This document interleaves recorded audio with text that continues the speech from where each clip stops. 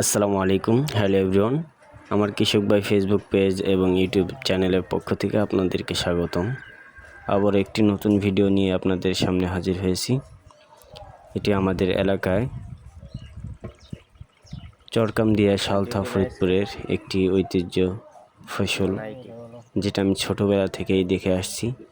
আমাদের এলাকায় এই মৌসুমে মানে চৈত বৈশাখ মাসে এই উস্তাগুলো পাওয়া যায়। এটি হচ্ছে আমরা চাষ করি, পেঁয়াজের যে দানা আছে বীজতলা দিই, ওই বীজতলা থেকে মাঝে মাঝে একটা করে ঝাড় করে উস্তার বীজ আমরা রোপণ করি, সেখান থেকেই এই উস্তার ক্ষেতটা হয়। তো মূলত এই উস্তার অনেক নামকাম রয়েছে আশপাশে, যে লক্ষণদের উস্তা দেখতে যেমন সুন্দর, খেতেও তেমন সুস্বাদু। দেখেন কি চমৎকার উস্তা ধরেছে। আমাদের এখানে কোনো জাংলা করা লাগে না, মাটির উপরে শুধু খড়কোটা, যেটা নাড়া আমরা বলি, ধানের যে গোড়া, ওইটা বিছিয়ে দিলে তো আল্লাহর রহমতে ওইটার উপর দিয়েই উস্তা গাছ বাইতে শুরু করে এবং ধরতে শুরু করে। কি চমৎকার উস্তা ধরেছে দেখেন। উস্তাগুলো ক্ষেত থেকে ছিঁড়ে এভাবে ঝাঁকায় করে রাখা হয়েছে।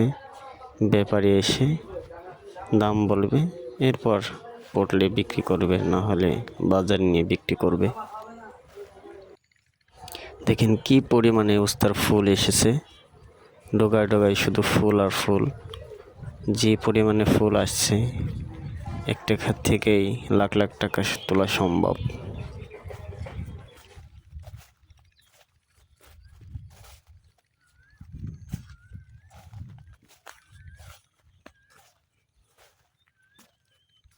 কি অবস্থা? এটা ফেলাইছেন কে? পোক না?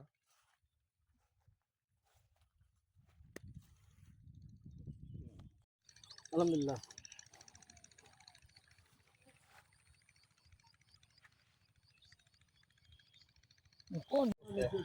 এই উস্তাগুলো ব্যাপারীরা কিনে তারপর রাস্তার পাশে এভাবে বাছাইকৃত করে এবং বিভিন্ন হাটে নিয়ে যায়, এরপর কেজি হিসেবে বিক্রি করে। আজকে প্রতি মন উস্তা বিক্রি হচ্ছে 18 থেকে 2000 টাকা মন। 30 কেজি, আর হলো 21 কেজি, 51 কেজি, 51 2